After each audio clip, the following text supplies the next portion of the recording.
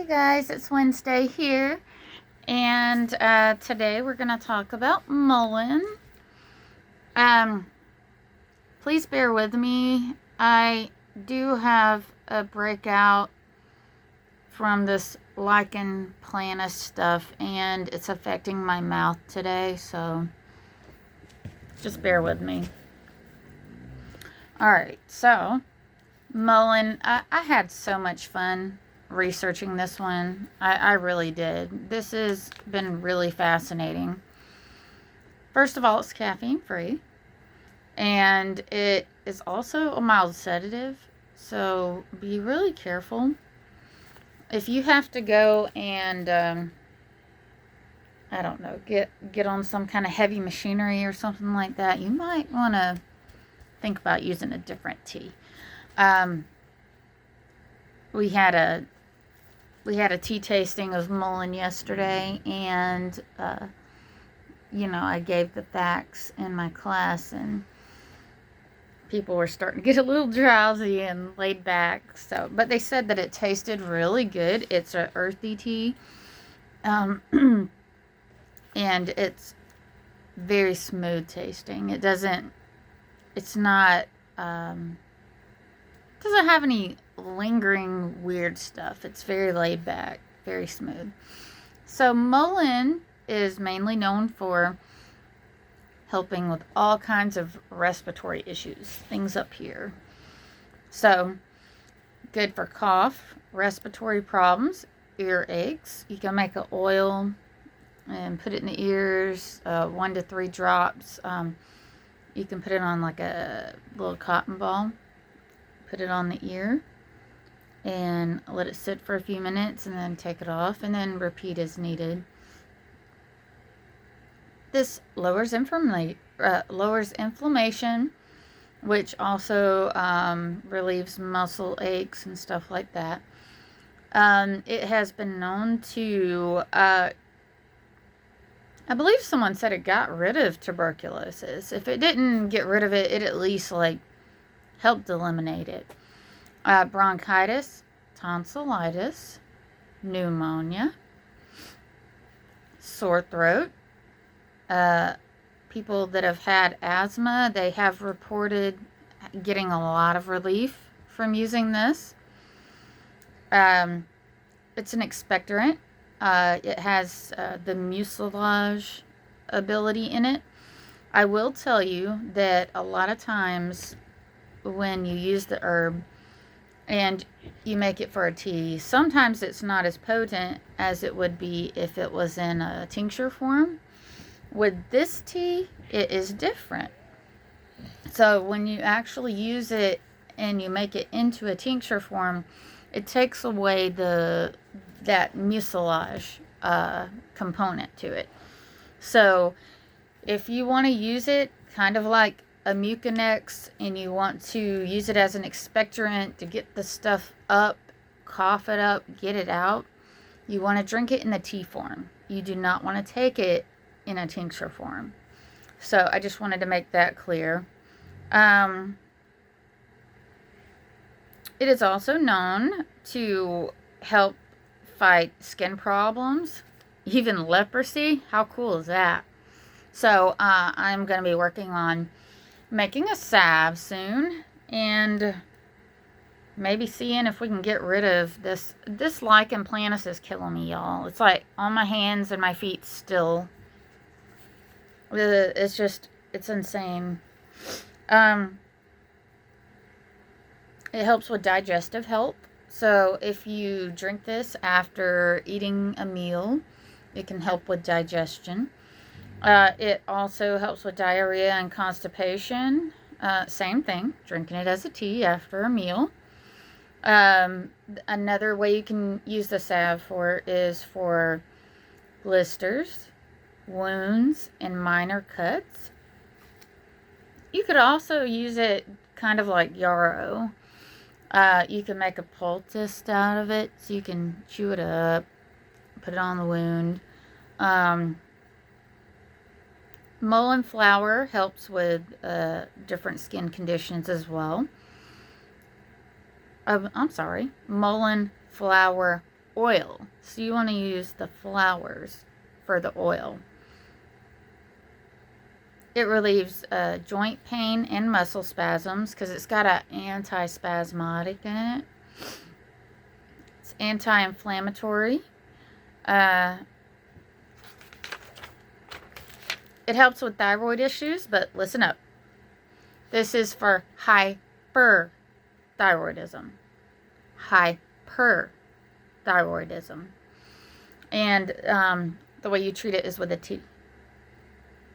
Headaches and migraines, you can use it in the tincture form. I am making a tincture right now, and I am going to give this a go because I get crazy migraines. Helps treat the flu.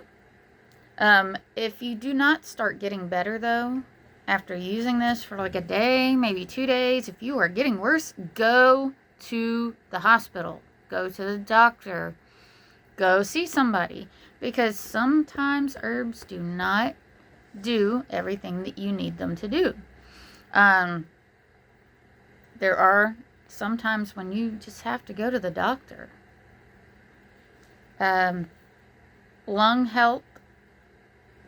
Any kind of lung health, we already went over that. It's got anti-tumor properties. If you're interested in that, you can do your due diligence and you can look that up. You can use fresh or dried leaves for the tea. Just like with any herb, though, do not make a salve or a tincture with the fresh leaves, because it does have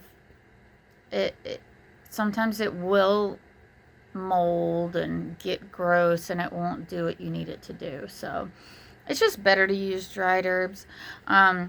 If you are a person you have figured out how to use fresh herbs, though, by all means do whatever you're doing. I do not recommend using fresh herbs, though, for that.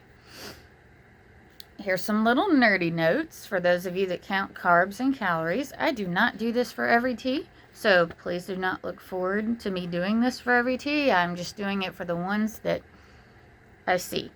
So, for each tea that you make that just has the leaves and water, it's 2 calories and 1 carb. If you add 1 teaspoon of sugar to it, it will be 16 calories and 4 carbs. You could also use stevia or monk fruit or something else that you like that are along those lines if you want a lower calorie option. So you can use the roots, the leaves, and the flowers for this plant, all for making tea. I recommend harvesting from a 2-year plant, because it is a biannual. I think that's how you say it, biannual. Every 2 years. Also, it's recommended to use the drawstring tea bags or a French press so that the little hair follicles don't bother you. Some people, the hair follicles bother them. Some people, they don't even notice it. I don't notice it, but I use like a little tea ball. So this plant has tiny little hairs. It's like a fuzzy plant. And it's very close to lamb's ear. Lamb's ear looks a lot like this plant, but instead of it being fuzzy, it is furry. So it's got thicker hairs, kind of like petting a dog. You know, it's fuzzy, it's furry, not fuzzy. So there's a few different ways you can tell the difference between mullein and lamb's ear. Mullein grows super tall. It can get taller than me, but that's in the 2nd year of the plant. If you're looking at the plant when it's in its 1st year, one of them looks like a little cabbage, and then one of them looks a little bit different. Go and nerd out. Go and have fun. Go and look at the differences. Let's see.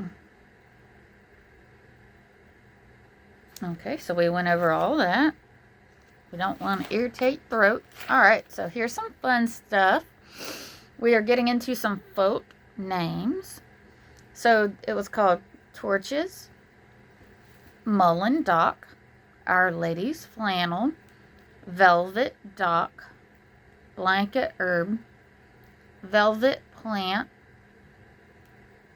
Mullein or Mullein, I'm not sure how you say it, Rag Paper,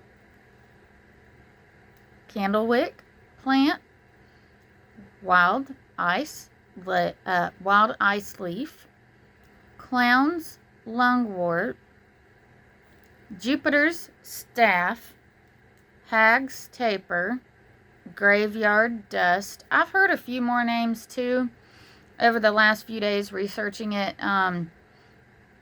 Just go out there and have fun. Like, this was really fun to learn about. There's so much stuff. Okay, so, and I'm going to give you a few fun things about the plant that people used to use it for. So, the Romans used mullein as torches, dipping the flower stalks in tallow to light their billets or homes. It is still used in parts of Europe today to make candle wicks. According to Greek mythology, the gods gave Ulysses a mullein stalk to defend himself against the enchantress Circe, who turned his companions into swine by means of a magical drink. There is another Greek physician. I don't know how to say this name. It's Dioscorides.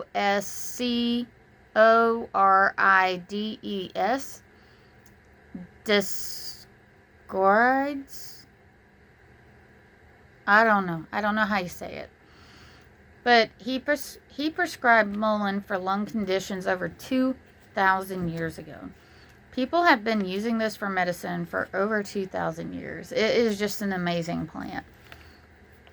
And then also those people who are trying to wean themselves off of tobacco, they smoked a mixture of mullein, spearmint, sumac, not to be confused with poison sumac, and coltsfoot.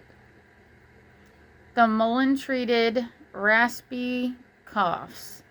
So it's not recommended by the herbal community, I don't think, to smoke it more than 2 weeks because it is a smoke. Smoke can harm your lungs, even if it is for medicinal. A lot of people that are on a spiritual path that use different herbs for medical reasons, for ceremonies, stuff like that, they don't just continuously smoke it over and over and over again like a cigarette. You know, this is not to replace a cigarette. This is to help you quit smoking cigarettes. Also to treat coughs or respiratory things, whatever you're going through. So, yeah, give yourself about 2 weeks and then get off of it. So, I hope you had fun learning about this plant. I really enjoyed it, and there's so much more to it. Like, if you guys are into like the magical side of herbs and stuff like that, this one has a lot of magical things to do with this herb. So I will let you go out and do your own research on that, because I just talk about the medicinal benefits on this channel. But I did want to provide that information in case if you are looking for that kind of stuff.